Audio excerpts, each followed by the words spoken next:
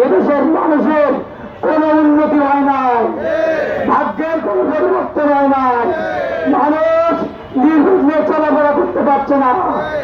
শহীদদের পরিবারের পুনর্বাসন করতে হবে, আহতদের পুনর্বাসন করতে হবে, তাদের ক্ষতিপূরণ নিশ্চিত করতে হবে।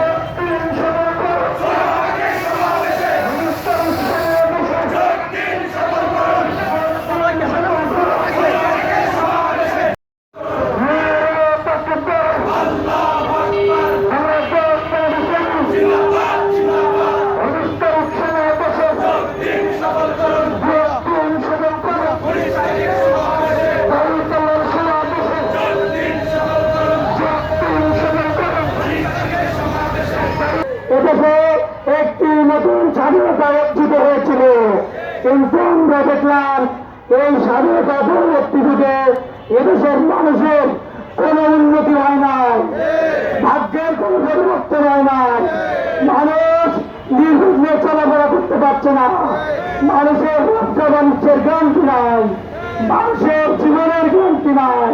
এজন্য আজকের মানুষ, বাংলাদেশের মানুষ জামাত ইসলামের দিকে চেয়ে আছে। বাংলাদেশ জামাত ইসলামী এদেশের মানুষকে নিয়ে একটি কল্যাণমূলক রাষ্ট্র প্রতিষ্ঠা করতে চায়, এদেশে একটি মানবিক রাষ্ট্র প্রতিষ্ঠা করতে চায়, এদেশের মানুষকে নিয়ে একটি কোরআনের সমাজ ব্যবস্থা প্রতিষ্ঠা করতে চায়। নিশ্চিত করতে হবে